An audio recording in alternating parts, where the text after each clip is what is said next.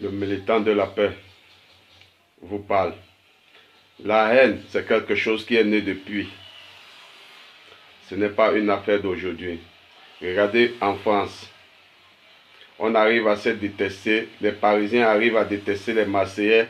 Les Marseillais détestent les Bretons. Mais à la fin, tous unis pour détester les Anglais, les Allemands et autres. Est-ce que vous avez su que toute la population guinéenne était en train de soutenir les Algériens en Coupe d'Afrique? Pourtant, beaucoup des Africains veulent faire un camp pour les Noirs d'Afrique et un camp pour les Arabes, c'est-à-dire les Maghrébiens comme ils s'appellent communément. Mais pour vous dire que chacun est libre de faire ce qu'il veut, dans ce même Maghreb, l'Égypte a supporté le Sénégal. La Tunisie, pour la moitié, ont aussi supporté le Sénégal. Donc ça veut dire que nous sommes dans un libre choix, une libre façon de penser. Mais seulement, comme d'habitude dans le monde entier, les voisins se détestent toujours. Les pays voisins se détestent toujours. Vous connaissez plusieurs pays tels que l'Iran et l'Irak, l'Algérie, le Maroc. Des pays qui se détestent toujours. Il y en a plein. Bon. Concernant la LDNA française qui a un but de vouloir révolter les Noirs, comme la haine est née depuis, il faut révolter les Noirs pour qu'il y ait un bain de sang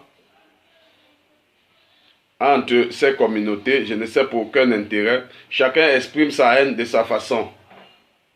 Bon, maintenant, concernant le jeune Guinéen qui est décédé lors des émeutes, d'après les informations que j'ai reçues, ce garçon a eu un choc avant même le début du match. Ça veut dire, le gars a eu un incident à 15 h et le match était, je pense, à 19 h ou 20 h. Donc, ce qui revient à dire que nous ne prenons plus des problèmes sur le fait de l'action. Nous voulons voir qui a raison, qui a tort.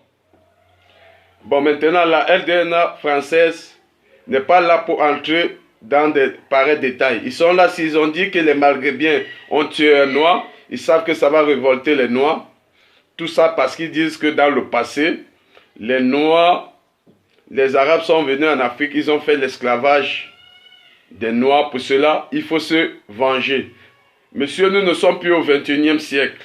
Aujourd'hui, nous ne sommes plus au temps passé. Aujourd'hui, nous sommes au 21e siècle. S'il faut se baser sur le passé, l'Irak doit beaucoup aux Américains parce qu'ils ont détruit les pays à cause du pétrole. Plein de pays seront endettés si on veut regarder le passé. Mais aujourd'hui, nous acceptons claquer du doigt du passé et acceptons vivre ensemble comme des frères. Et celui qui ne va pas vouloir accepter vivre dans la communauté comme des frères, il sera bastonné d'une manière ou d'une autre pour faire comprendre qu'au 21e siècle, nous voulons le vivre ensemble et non la division. Celui qui ne voudra pas l'unité, que ce soit du côté arabe, du côté noir ou du côté français, sera bastonné, comme on vous le dit. La haine, elle est née depuis, mais chacun l'exprime à sa façon. Mais à la fin, comme je vous ai dit, les Parisiens détestent les Marseillais, mais à la fin, on s'unit pour détester l'Allemand ou les Anglais. Donc, en Afrique, à la fin, unissons-nous pour une bonne cause. Salut, salut, ciao, ciao. Si tu aimes, tu likes, tu partages.